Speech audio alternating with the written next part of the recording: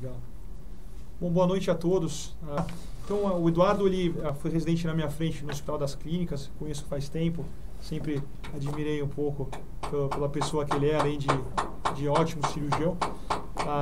Me ensinou um pouco a fazer algumas cirurgias urológicas e hoje ele veio mostrar para nós alguns truques de como prevenir complicações de ressecções endoscópicas de próstata. Obrigado, Vitinho, pelas palavras. É um prazer estar dividindo uma mesa hoje para a gente discutir um tema tão importante na comunidade urológica que são como prevenir complicações em RTU de próstata, né?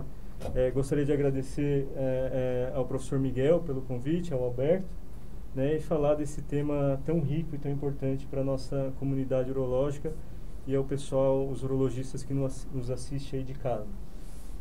Então a ideia é tentar mostrar alguns detalhes práticos, né, na confecção dessa cirurgia, que é a RTU de próstata, mostrando então alguns truques aí no dia a dia do urologista.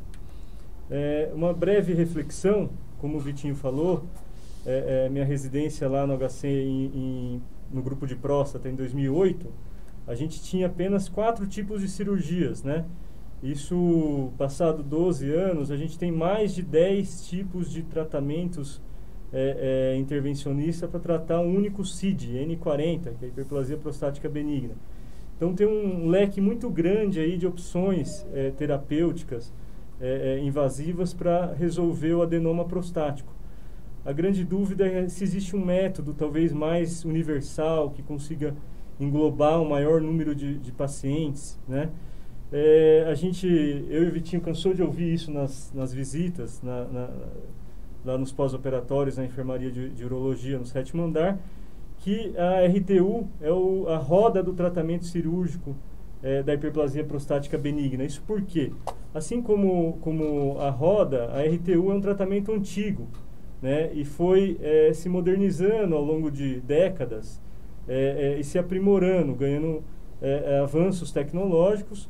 E é um tratamento que se conhece muito bem os resultados a longo prazo, mesmo porque ele é antigo e hoje está presente em praticamente todos os hospitais do Brasil, ele consegue ser reproduzido.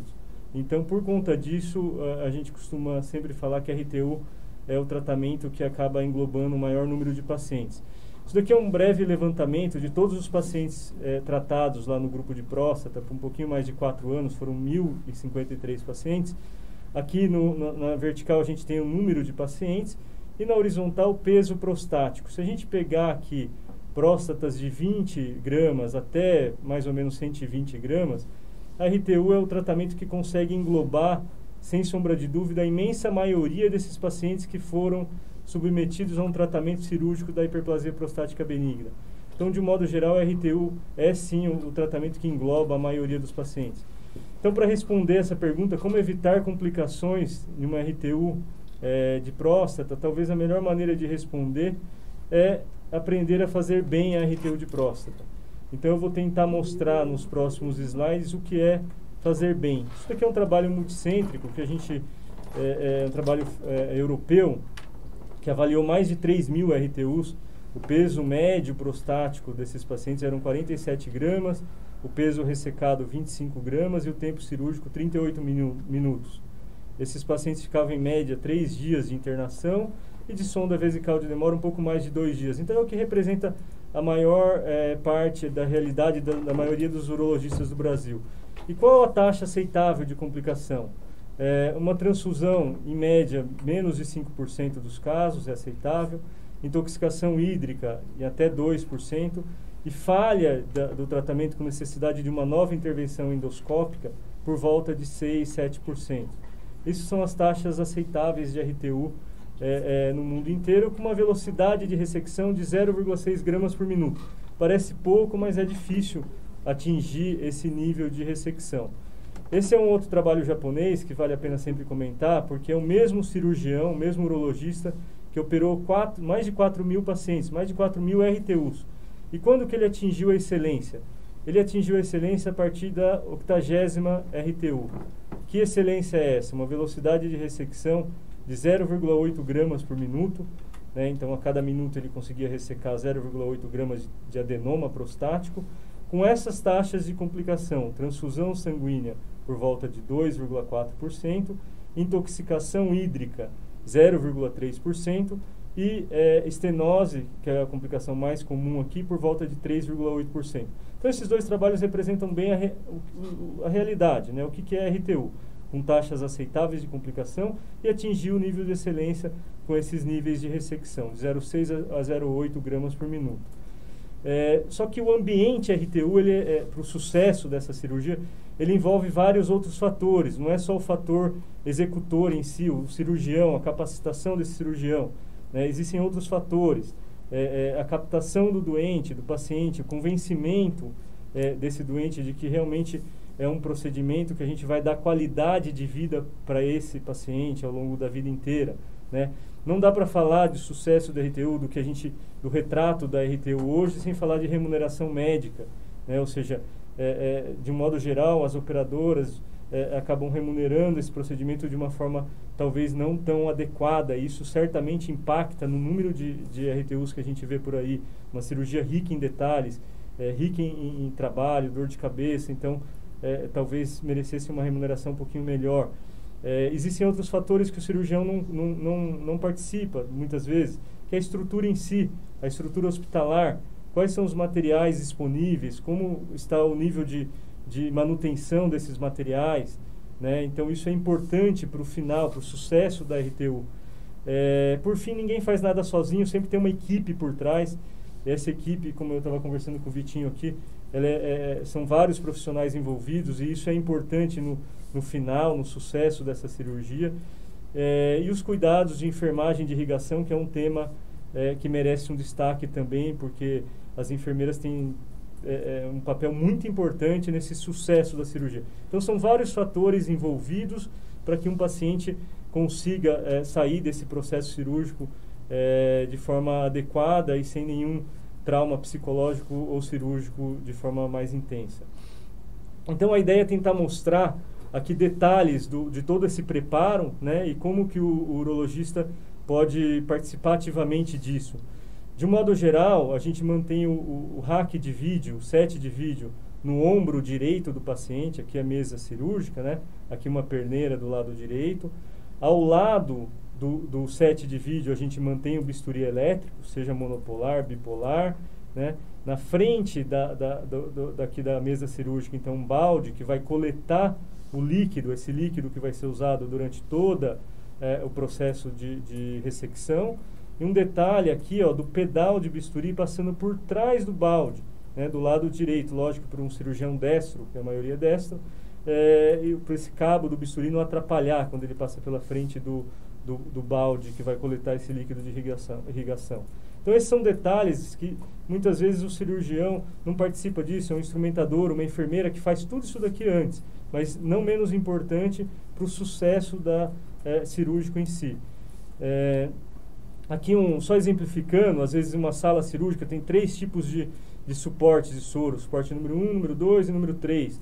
A gente sabe que o suporte adequado para uma RTU é o suporte número 2. Por quê?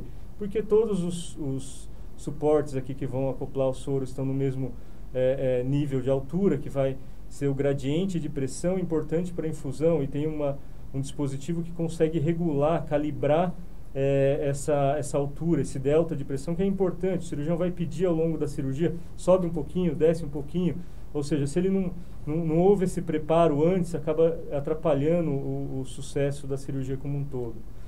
Isso daqui eu gosto de mostrar essa foto para mostrar um detalhe, que é uma mesa cirúrgica de RTU, né? Aqui a gente tem os elementos que a gente usa de um modo geral, e eles são de fundamental importância, aquilo que eu falei. É importante o hospital, o serviço de urologia investir nesses equipamentos. Não raras vezes a gente encontra uma camisa de ressecção de uma marca, uma ótica de uma marca diferente, um elemento de trabalho de uma terceira marca e uma alça que às vezes não se acopla direito. Então, isso acaba comprometendo o resultado cirúrgico no final, né? E aqui o detalhe da unha, de um modo geral, a gente usa uma unha, uma camisa de ressecção com unha longa, né? Essa unha longa permite o suporte separar o adenoma que não está sendo ressecado, isolando a área que está cruenta, que vai ter um sangramento maior, então ele foca melhor o campo cirúrgico. Aqui o detalhe do instrumentador, que faz parte de toda aquela equipe testando o balão antes do início do procedimento, e um equipo de artroscopia usado durante a ressecção. Evitando as complicações de stenose, é importante sempre lubrificar a uretra com xilocaína aqui já preparada ou numa seringa. E aqui um detalhe do suporte que vai ser usado, que faz toda a diferença também no manejo pós-operatório. É um suporte de irrigação que tem uma pontinha diferente de um equipo de macrogotas, e ele tem 2 entradas de soro em Y. Isso vai ajudar o manejo da irrigação no pós-operatório. Então são detalhes que, quando passado de forma despercebida, acabam comprometendo o sucesso e vão dar uma dor de cabeça, seja no intra ou no pós-operatório. Aqui o evacuador de Ehrlich com a bacia, né? Muitas vezes alguns cirurgiões nem utilizam isso para retirar os fragmentos, mas a maioria acaba utilizando. Uma peneira que pode ser permanente ou uma peneira descartável para captar esses fragmentos. E quando não tem essa peneira, seja descartável, seja permanente, aqui uma touquinha de centro cirúrgico improvisada em cima de um balde coletor, onde vão ser coado aquele líquido e os fragmentos vão ficar aqui retidos nessa redinha. Tudo isso é pensado antes do início do procedimento. Aqui um detalhe mostrando o campo cirúrgico em si, o preparo com um campo de escopia, né, que vai coletar o líquido. Muitas vezes isso daqui funciona melhor que os campos descartáveis, porque ele acaba tendo essa capa de escopia tem um orifício maior, que vai facilitar a coleta desse líquido. Aqui o detalhe na direita de uma pinça para colocar no fundo do balde. E aqui, de forma errada, o pedal passando pela frente do balde coletor. Isso vai muitas vezes atrapalhar aqui o cirurgião, ele vai enroscar o pé no pedal. Eu costumo falar que é como se fosse o pedal do carro, ninguém fica olhando toda hora ali, então só olha no início da cirurgia e não pode ter nada atrapalhando, ou seja, esse cabo aqui do bisturi tem que passar por trás do balde. É um detalhe que parece bobo, mas que, quando não obedecido, vai dar dor de cabeça durante o procedimento. Aqui em maior detalhe, mostrando o ato cirúrgico em si. Se a gente perceber a sequência aqui no elemento de trabalho, em primeiro lugar vem aqui o cabo de bisturi elétrico, na sequência o cabo de luz e, por fim, a câmera. Essa mesma disposição que a gente vai manter na perna direita do paciente. Lembrando que no ombro direito está o set de vídeo. Então, em primeiro lugar, em vermelho, vem o cabo de bisturi, em segundo, preso o cabo de luz, e em terceiro, perto do pé do paciente, a câmera, que muitas vezes o cirurgião vai desconectar toda hora e ela tem que estar mais solta. E aqui o detalhe do campo de escopia, do sacro de escopia, preso no avental do cirurgião, para facilitar a coleta desse líquido e não perder, não sujar toda a sala. Talvez o elemento que dá mais dor de cabeça para os cirurgiões, por ser talvez o elemento mais caro, mais delicado, é a ótica. Né? A ótica que está dentro aqui do elemento de trabalho. A ótica, o que é uma ótica, né? A ótica é uma coisa relativamente simples, que é o quê? Uma estrutura de metal, ela tem um cabo de fibra ótica aqui que vai levar a luz de fora do paciente, vai conectar aqui, vai jogar dentro de uma cavidade, no caso a loja prostática, e é um conjunto de lentes em paralelos, né, em paralelas aqui. Elas ficam todas dentro da estrutura de metal, que está representada aqui embaixo, e, por final, essa imagem é projetada numa câmera que é magnificada aqui, amplificada no monitor. Isso é uma ótica. Por que ela é delicada? Essa última ótica, essa última lente aqui, é a lente que muitas vezes sofre o maior trauma mecânico, ela esbarra, trauma térmico, a alça, quando fica mais aquecida, acionando o bisturi elétrico, ela acaba danificando essa última lente, de modo que essa lente ela é a mais delicada. E por que ela é a mais importante? Ela é importante por 2 motivos. Primeiro, ela é a que dá a angulação. Então, uma ótica de 0 graus, uma ótica de 30 graus, que é a que a gente usa normalmente, ou uma ótica de 70 graus, que se usa em sling, por exemplo. E toda ótica ela tem um campo de visão, igual nós, humanos, temos nosso campo de visão, que é 180 graus. As aves, por exemplo, têm um campo de visão que é 360 graus, então a galinha enxerga 360 graus. Uma ótica tem um campo de visão que é de 120 graus, né? Isso é uma ótica perfeita. Muitas vezes, quando ela sofre esse dano aqui nessa última lente, ela é passada por um processo de reparo. E o que é feito muitas vezes nesse reparo? Se diminui o campo de visão. Para quê? Porque a visão central é a visão mais nítida. Então, a visão periférica é que fica mais facilmente comprometida. Então, na reforma, você tem uma diminuição do campo de visão, de modo que o cirurgião muitas vezes não consegue observar objetos ou tecidos que ficam fora desse campo de visão. Como que isso compromete a cirurgia? Vou mostrar um exemplo prático aqui. Isso é uma ótica de 30 graus de boa qualidade, né? O que significa isso?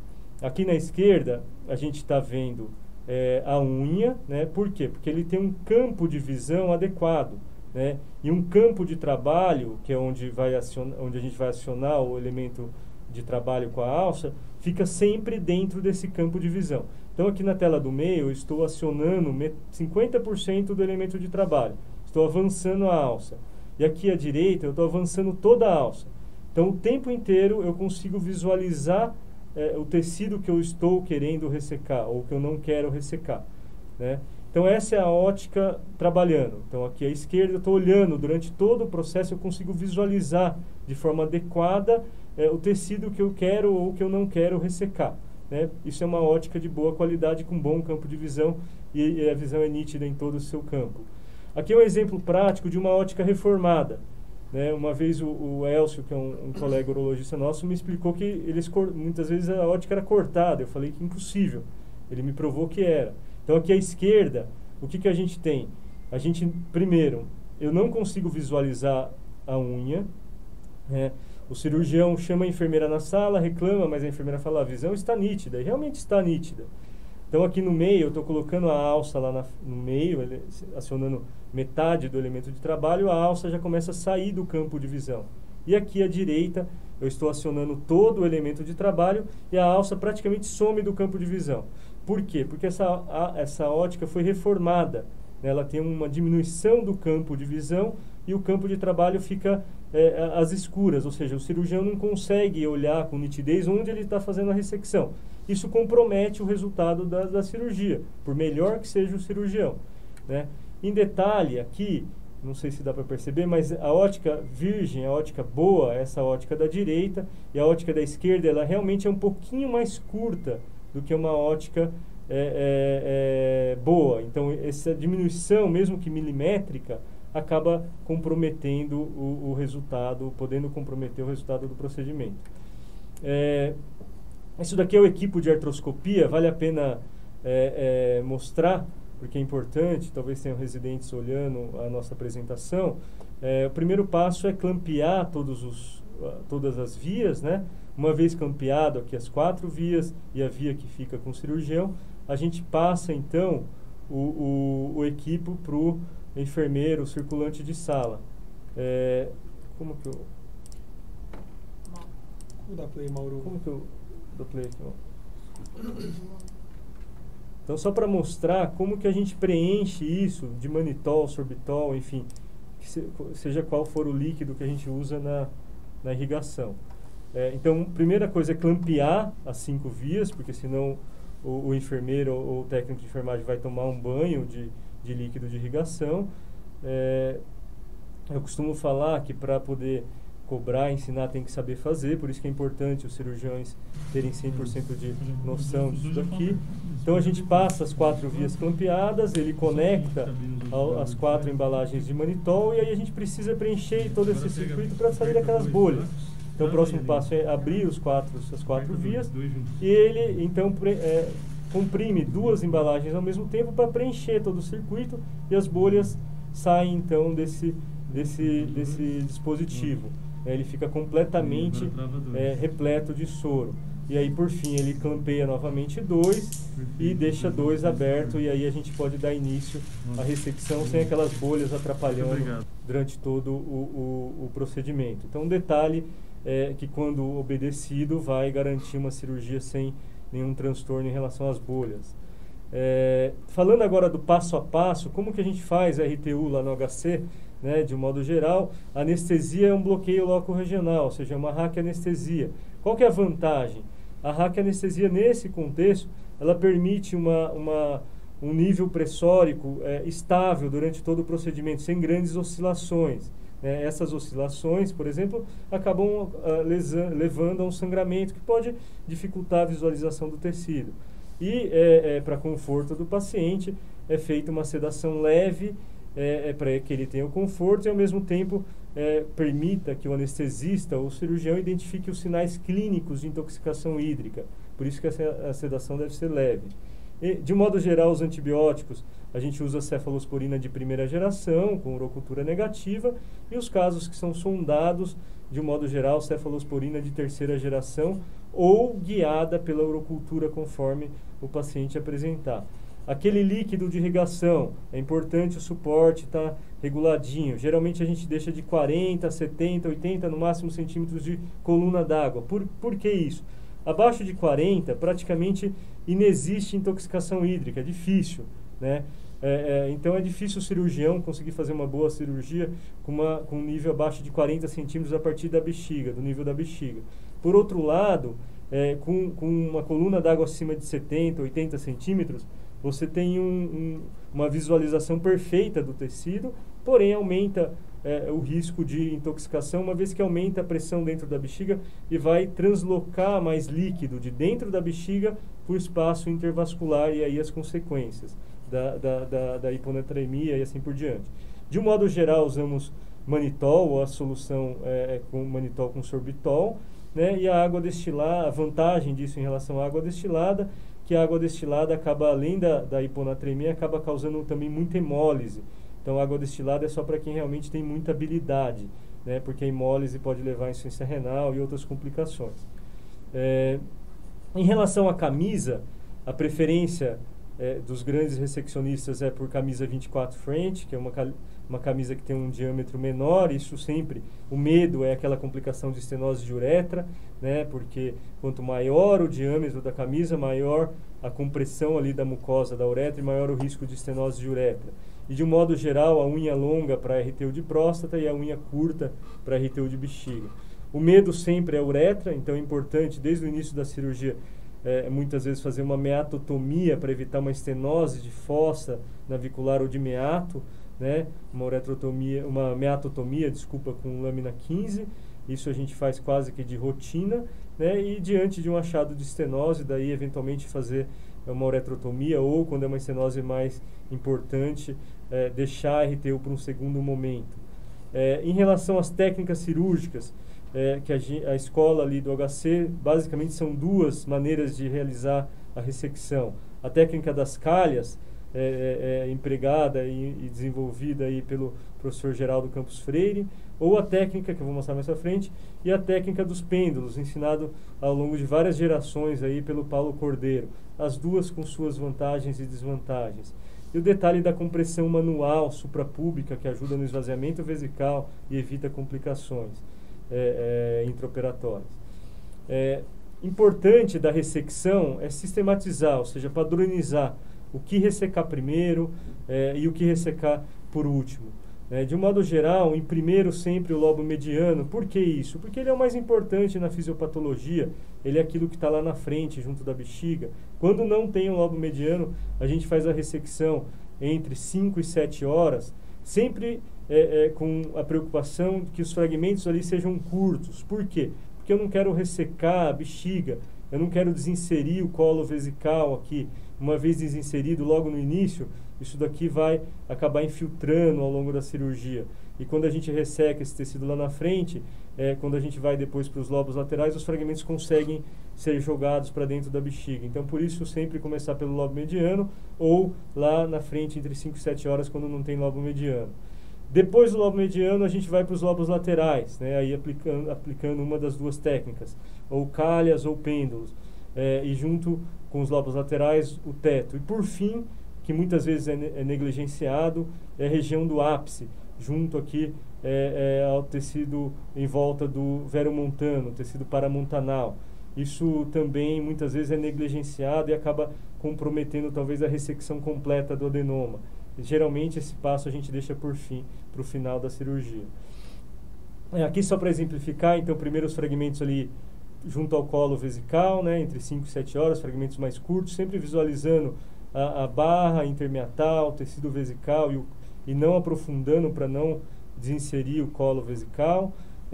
Depois, então, a gente parte para os lobos laterais, porque já está ressecado lá na frente, e aí esses fragmentos vão ser jogados para dentro da bexiga. Aqui os fragmentos são maiores, né? E, por fim, a ressecção desse tecido paramontanal, sempre tentando objetivando a ressecção completa, ou seja, tirar o adenoma. Esse é o objetivo do procedimento. Aqui, só para mostrar a técnica das calhas, tão defendida pelo professor Geraldo Campos Freire. Então, aqui é a primeira calha sendo confeccionada às 9 horas. Imagina que a visão endoscópica, a gente tem uma imagem aqui às 9 horas. Qual que é a vantagem? Que é a ideia da calha? A ideia da calha é o cirurgião ir até o limite da ressecção. Qual que é o limite? O limite é a cápsula cirúrgica. Ali ele consegue ver a cápsula com nitidez, ele consegue identificar até que plano ele deve ir depois no tecido que está em volta. E além disso, ele sempre perde um tempo aqui identificando a topografia em direção ao veromontano. Uma vez feita essa calha com cautela, com zelo, ele não precisa mais ficar olhando toda hora no vero, ele parte daqui em direção ao vero. Então é o momento em que o cirurgião perde mais tempo, fazendo uma calha bonitinho às 9 e depois uma calha aqui às 3 horas, que ele vai identificar o plano da cápsula cirúrgica. Feito as duas calhas, daí ele vai de uma calha até a outra, até todo o tecido ser ressecado, né? E quando ele chega nesse mesmo nível da calha, aí é hora de parar o procedimento, é hora que ele chega no plano correto de ressecção. O pêndulo, ele vai desde o começo em um movimento pendular, ele faz uma ressecção mais regular desde o início, né? Essa é a diferença da calha versus o pêndulo. Isso daqui eu sempre gosto de mostrar, é o produto de uma prostatectomia transvesical, para mostrar onde tem mais tecido, né? Então a gente sempre pede para o residente colocar em posição anatômica, e essa é a posição anatômica, ou seja, tem muito mais tecido aqui na parte distal, junto ao veromontano, do que tecido lá na frente, né? Aqui é a região do quê? Aqui é como se fosse a bexiga. Então aqui o colo vesical abraça a próstata. Então aqui na frente tem pouco tecido. Onde tem mais tecido na próstata é aqui perto do veromontano, né? Aqui numa outra peça de PTV, aqui seria a uretra, aqui estaria o veromontano, a maior quantidade de tecido vai estar aqui das 4 horas a 8 horas, né? Ou seja, aqui é onde o urologista tem que ficar atento para não deixar adenoma residual. Ou seja, aqui é onde tem a maior quantidade de tecido a ser ressecado na RTU. A fixação da sonda é importante porque ele evita uma das complicações, que é a estenose de uretra bulbar, né? Então aqui tem basicamente duas maneiras. Aqui a maneira habitual de colocar a sonda na altura da crista ilíaca, e aqui com o pênis para cima, quebrando o ângulo pênis-escrotal, que é onde a sonda acaba tendo maior contato com a uretra. Dessa maneira, fica retificado aquele ângulo pênis-escrotal, levando uma menor isquemia na uretra bulbar, né, que seria uma das possíveis complicações pós-operatórias. Aqui um detalhe do posicionamento: se isso daqui é a visão do cirurgião em relação a uma ressonância, aqui o paciente na mesa cirúrgica, né, a linha verde seria o plano da mesa cirúrgica.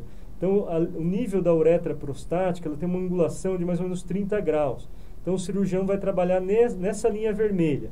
Se o cirurgião pedir um Trendelenburg na mesa cirúrgica, ele vai retificar essa linha de trabalho dele, de manuseio da uretra prostática.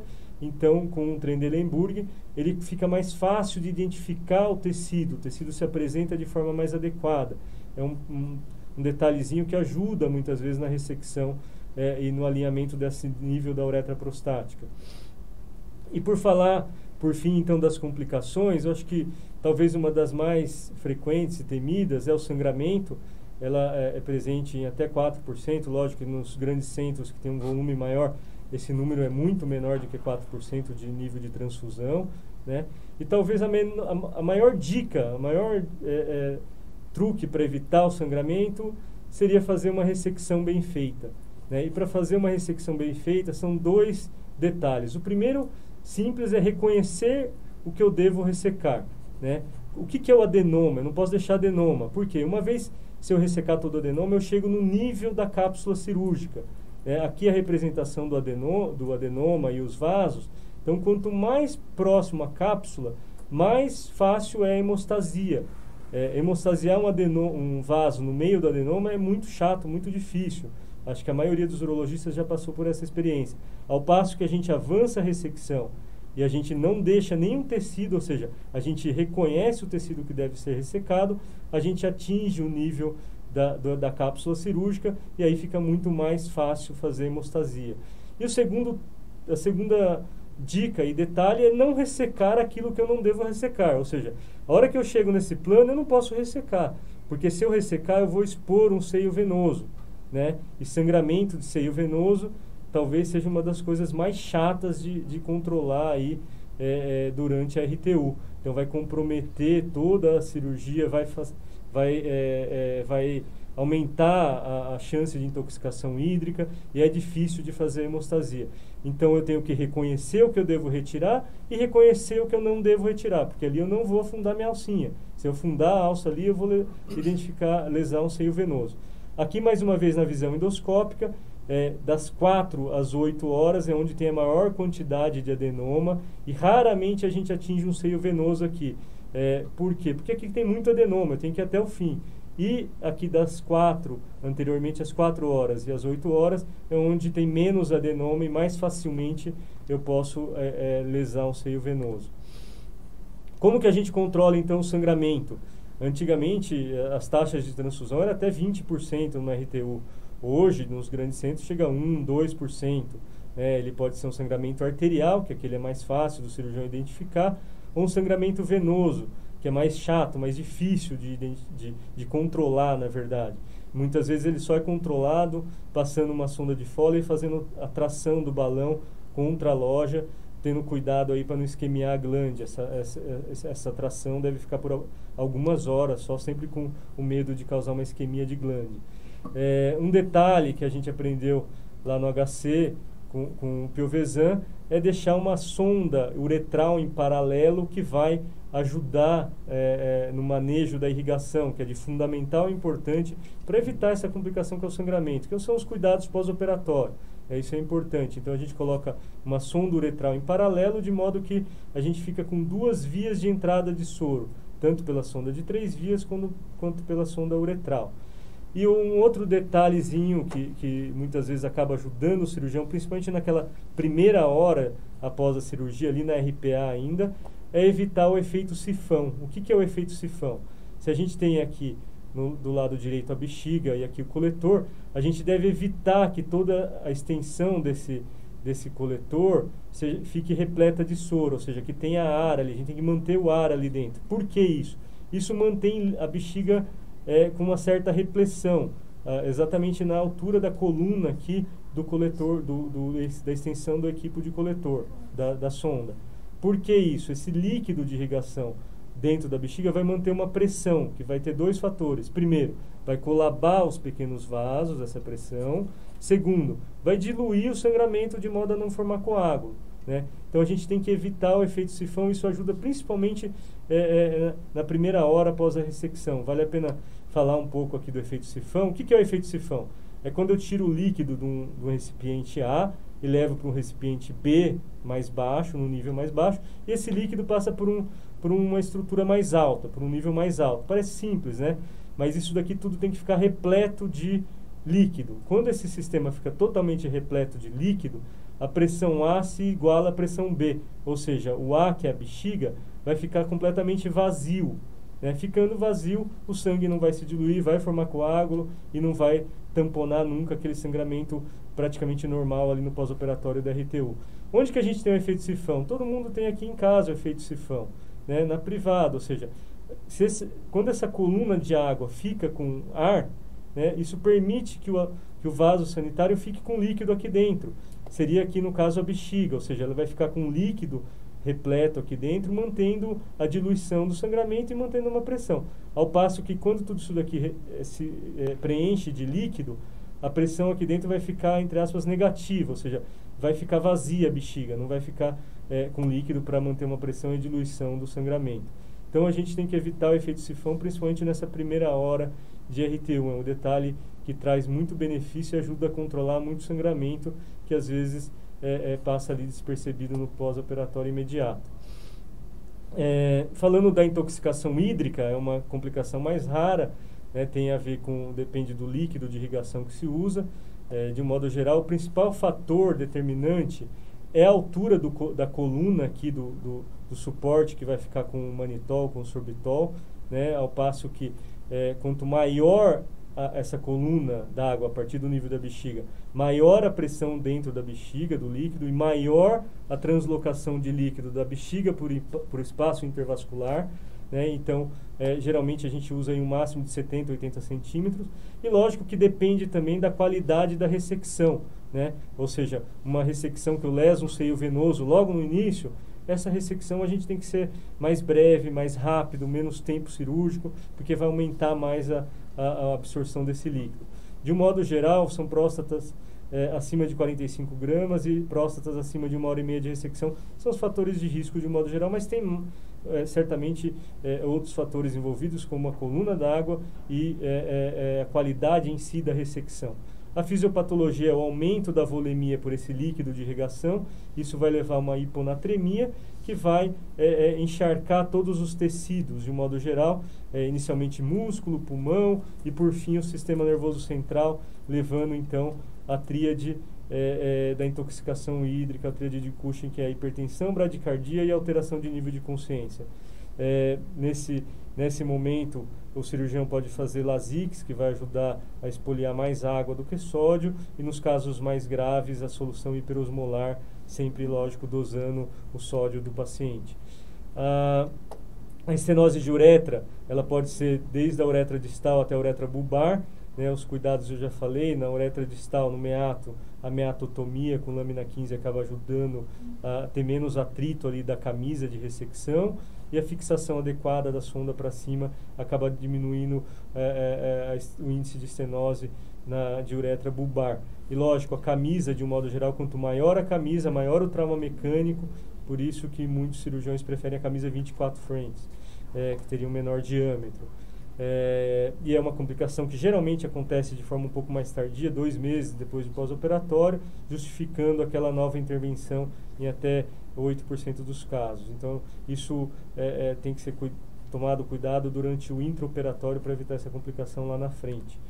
A estenose de colo é uma complicação quase que exclusiva de próstatas pequenas, né? Talvez quem faz RTU com mais frequência, é o grande desafio realizar a ressecção de uma próstata pequena. Por que isso?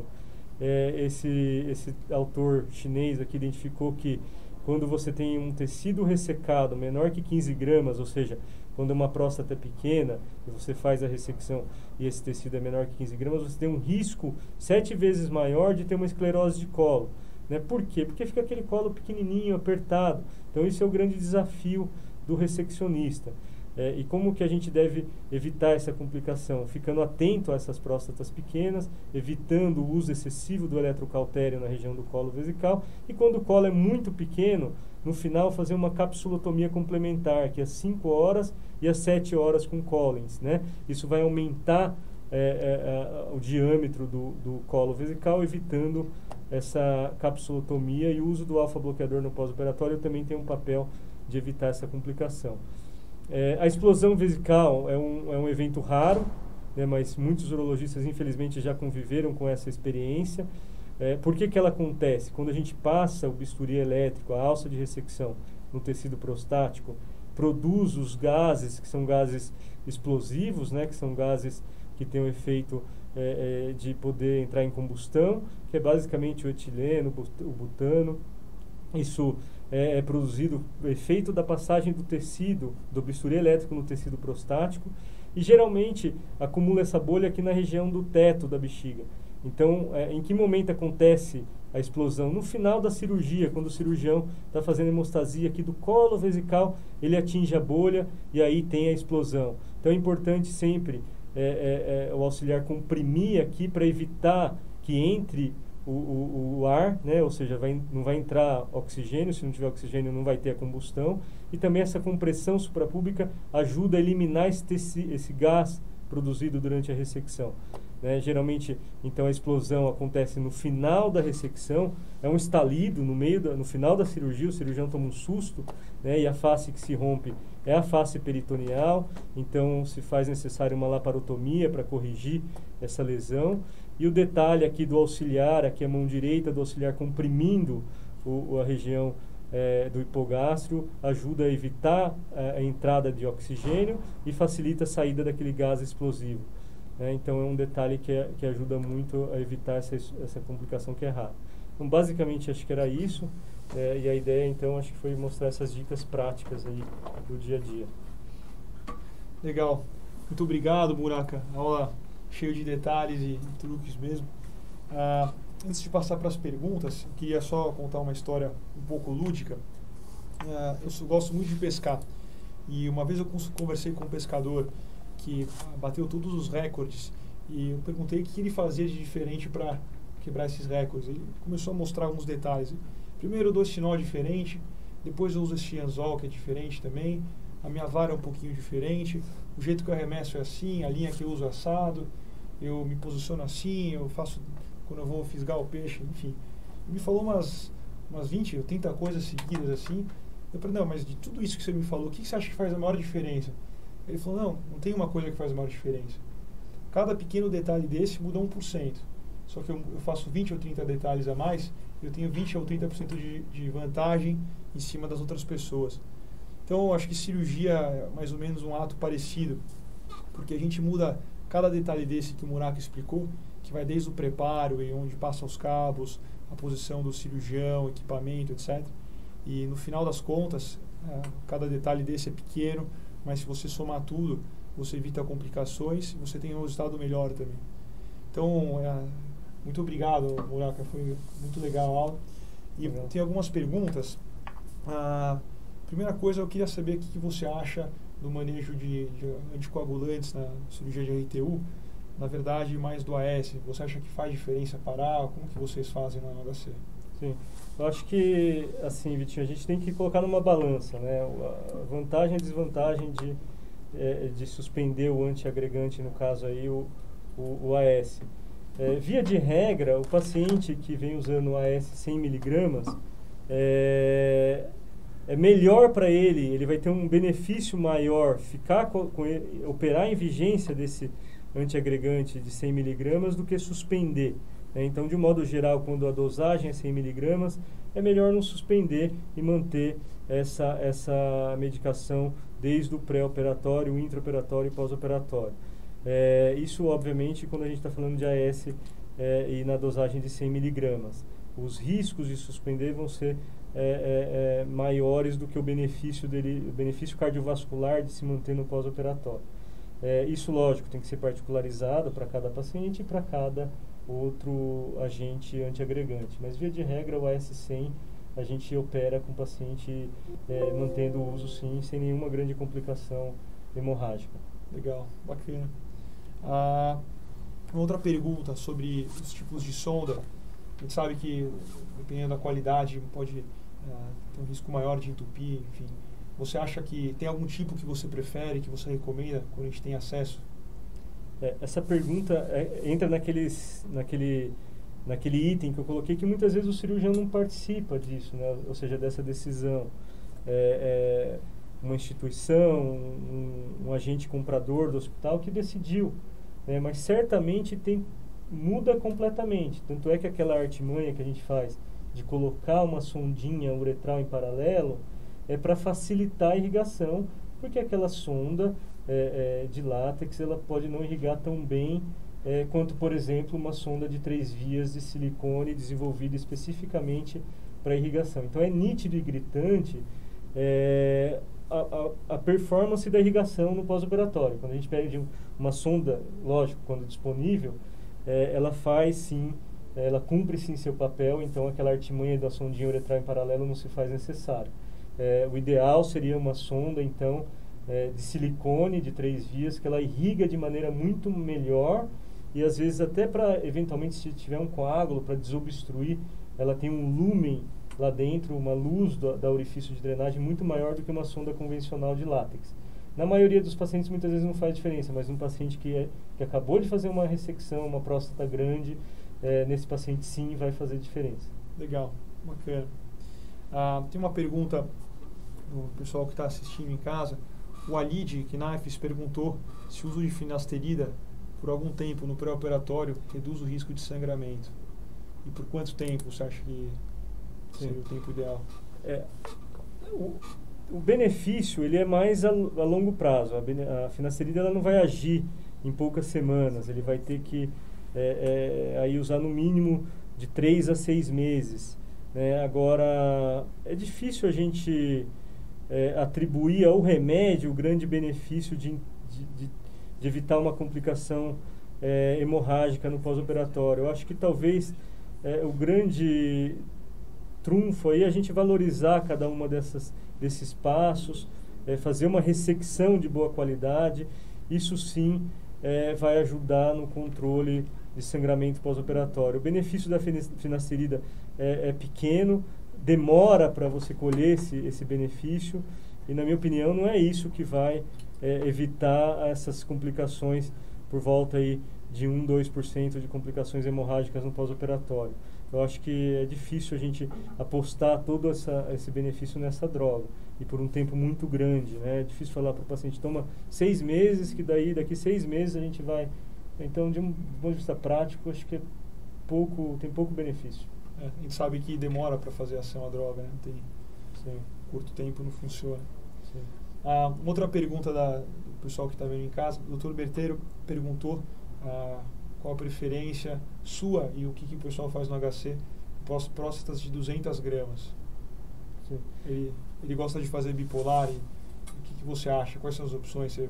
Qual que é a sua opinião, pessoal? Os grandes adenomas são talvez um desafio aí, né, para ressecção. Eu acho que o Alberto comenta muito isso. A gente tem que usar aquilo que na verdade, o que o cirurgião tem disponível e o que ele tem maior familiaridade, né? Ou seja, depende muito. 200 gramas, uma PTV em 40 minutos, 1 hora, ele resolve o problema. Mas também vai ter que ter um afastador, tem toda uma equipe já treinada para isso. Por outro lado, por exemplo, se pegar quem trabalha com ROLEP, vai preferir um ROLEP. Eu acho que, de qualquer maneira, 200 gramas é muito, seja para uma RTU monopolar ou bipolar, isso é outra coisa importante, né? A gente jogar nas costas de uma tecnologia que é a RTU bipolar, esperar dela mais do que ela pode nos dar. Eu acho que 200 gramas é muito, independente da energia ser mono ou bipolar. Eu acho que aí vai para uma laparoscópica, para uma robótica, para uma PTV, um milling ou um ROLEP, né? A RTU aí acho que fica muita coisa. Entendi. Legal. Uma última pergunta, já uma coisa mais curiosa. Há algum tempo atrás, até vi que estavam fazendo uma pesquisa no HC, não sei se concluíram ou não, analisando a habilidade dos residentes e vendo se eles tinham algum tipo de hobby com as mãos, e vendo se eles tinham uma performance melhor. Quem tocava um instrumento musical, jogava videogame, ou qualquer outra coisa, outro hobby que fizesse com as mãos. O que você sabe alguma coisa sobre isso? Melhora a performance? Parece que teve um benefício, né? Quem jogava videogame bem, mas acho que não é uma condição também obrigatória, né, Vitinho? Vim lá do interior, não jogava nem videogame. E graças a Deus estou operando, dá para operar bem. tem que treinar. Acho que a grande dica é isso que você falou. É treinar, é operar. Acho que é o grande trunfo aí, né? Legal. Bacana, Monaca. De novo, obrigado por sua aula, foi bem bacana. Foi um prazer também estar de novo aqui com você, uma aula mesmo que virtual. Obrigado a todos em casa. Nós vamos encerrar essa reunião. E daqui a 4 semanas, na segunda terça-feira do próximo mês, temos uma nova reunião, às 7 horas, como sempre. Um abraço a todos. Legal, obrigado. Legal, Monaca. Muito bom, hein? A gente acabar aqui no Jornal Nacional.